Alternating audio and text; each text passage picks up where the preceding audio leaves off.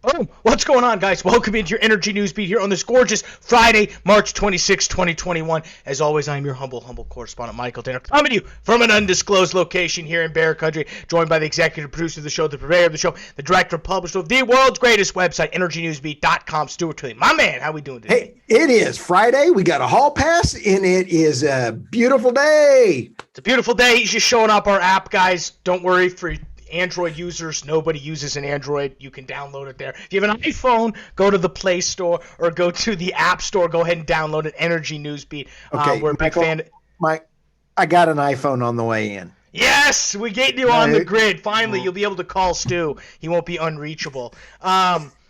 Guys, you made it. It's Friday. Take a deep breath. We're about to hand you out a hall pass. 9 quick minutes away. We're going to get you out in here. I mean, pretty simple show for us lined up. You can check all that in a bag of chips out to my left here. But first, guys, continue to subscribe. World's greatest YouTube channel, Energy Newsbeat, the best place for your daily energy finance news. Check us out on the web, www.energynewsbeat.com, the best place for all of your energy news. It's legit just an IV of news in your veins. As Stu said, check us out, our app, available on the Google Play Store and the App Store, the Apple App Store.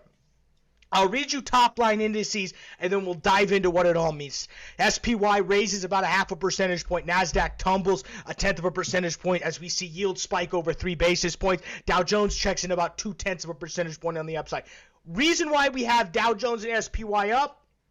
A couple reasons. One, fears of inflation. We were expecting personal consumer price expenditure index today. Basically what that does is it basically calculates the consumer price index for all goods minus food, volatile food and energy prices. Gasoline is not included over there, and eggs and milk are actually out of there because they tend to fall really heavily.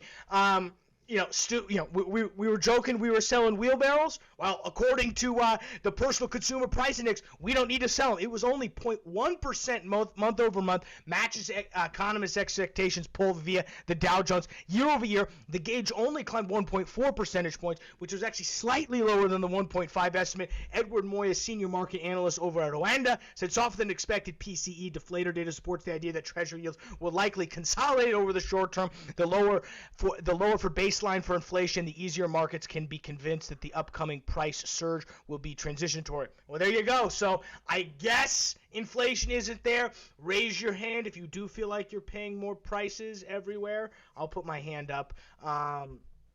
But hey, who am I to say, Stu? The data says otherwise. As I mentioned, 10-year yields, they jumped 3 basis points. They also jumped 6 basis points earlier in the day, fell 6, now back up. Here's the other thing. Consumer sentiment on the U.S. economy continued to rise. A University of Michigan released a poll today showing the final reading of what was called the Consumer Sentiment Index, 84.9. Up from 76.8 in February. Economists polled by Dow Jones estimated that reading would come in at 837. So it looks murky out there, but some of the numbers are coming in. Let's move over into Bitcoin. It's up 4 percentage points today. Crude oil spikes another 4 percentage points. The Suez Canal continues to be clogged. Great meme on the U.S. internet or on the Energy News meme website. Brent jumps about a quarter of a percentage point, basically holding flat.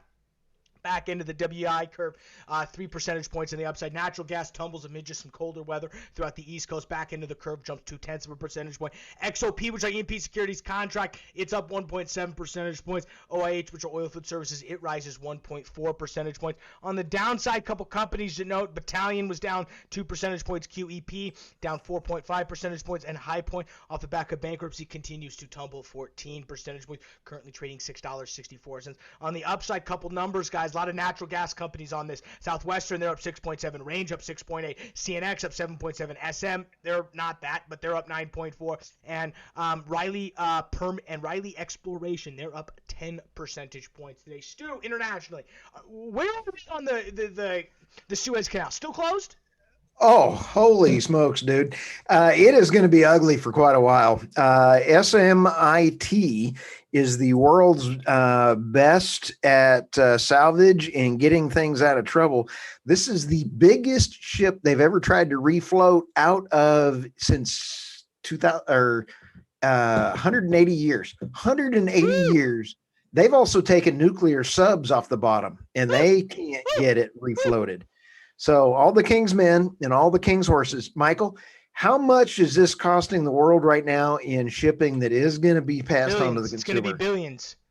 Billions a week. Oh, 10 billion oh. a week minimum without oil. 10 billion a week. Millions per hour. Now, here it is. There's some numbers here. 6 to 10 billion in lost trade per week. The emergency team from Dutch, 200,000 tons without cargo.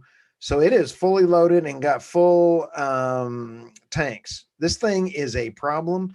Michael, I'm guessing 4 weeks.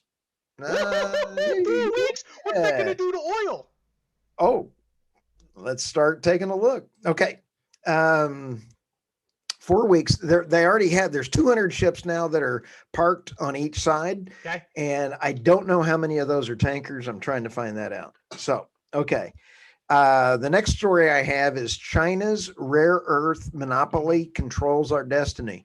We have all this green technology that we're pushing for new infrastructure. We have all these things, and we're going to be held hostage. And there's a movement within a lot of folks. There are 17 rare earth minerals. Only 4 of them are really critical. And it is enough that people are going to be cheaper to move to nuclear than rely on this for solar and wind and keep the rare earth minerals for cars. Anyway, we'll keep an eye on that one. China has a huge market on all of these rare earth minerals. It's absolutely unbelievable. Anything on the international side? We just covered it. Awesome. Well, guys, with that, we've got one story here on the U.S. side. Really, all it is rig counts. They rise 6, 417 on the U.S. side. Canada sheds 11 rigs. They're at 81. Internationally, we gained 24 rigs, currently sitting at 701. I mean, of course, rig counts are going to go up. We saw that in the Dallas Fed survey on Tuesday when we covered that. We expect rig counts to go up a little bit. It'd be interesting to see how service pricing reacts to that. Really, though, that's all we've got for you guys. I don't want to try to pretend there's other stories out there. Really nice, chill week. You know, we're still in that glut between earnings season. I don't know how much M&A has happened. I think people are watching what's happening with oil price right now. Stu, anything else we're missing today?